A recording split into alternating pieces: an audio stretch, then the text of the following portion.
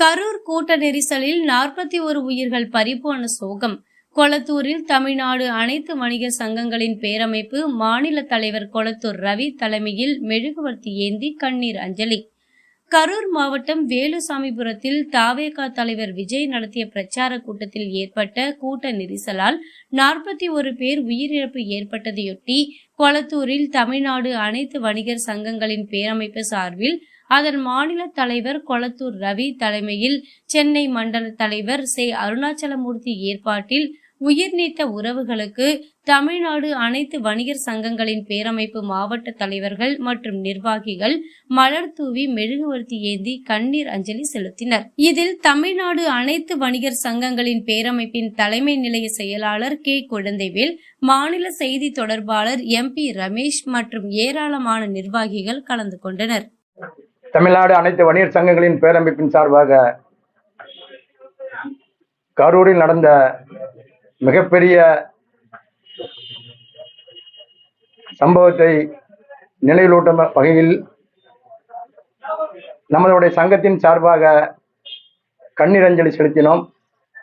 குறிப்பாக அருகாமையில் உள்ள மாவட்டத்தில் இருந்த மாவட்ட தலைவர்கள் அத்தனை பேர் வந்து கலந்து கொண்டனர். குறிப்பாக இந்த ஏற்பாட்டை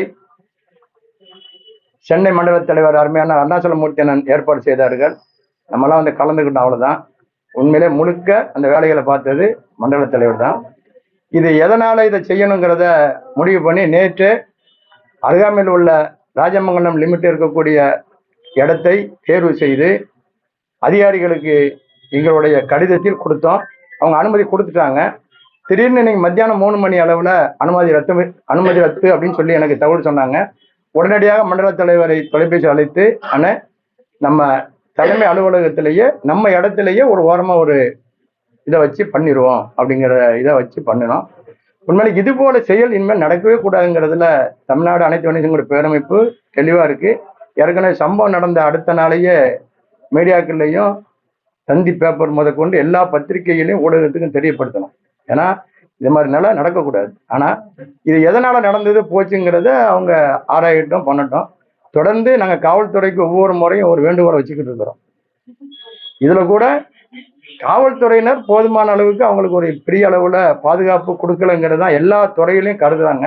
அது இனிமேல் நடக்காமல் அந்த பார்த்து ஒரு இவ்வளோ பேர் வருவாங்கன்னா அந்த மாதிரி இடத்த தயார் பண்ணி கொடுக்கணும். குறிப்பாக நாங்களாம் கூட ஏதாவது ஒரு கூட்டம் ஏற்பாடு பண்ணணும் அப்படின்னு கேட்டு அனுமதி கேட்டாலே அதை 10-20 முறை அதை ஆராய்ஞ்சு அப்புறம் தான் தருவாங்க. அதனால இது மாதிரி இன்னைக்கு இந்த கட்சியாக இருக்கலாம், நாளைக்கு வேற கட்சியாக இருக்கலாம், இன்னைக்கு ஆளுநர் கட்சியாக இருக்கலாம், எல்லாமே ஏதாவது ஒரு சம்பவம் நடந்ததுன்னா பாதிக்கப்படுறது பொதுமக்கள் தான். அதனால பொதுமக்கள் பாதிக்காம இருக்கணுங்கிறதுல தமிழ்நாடு அனைத்து வணிகர்களுடைய பேரமைப்பு உறுதியா இருக்கு. கருத்தை வலியுறுத்துறோம். தமிழக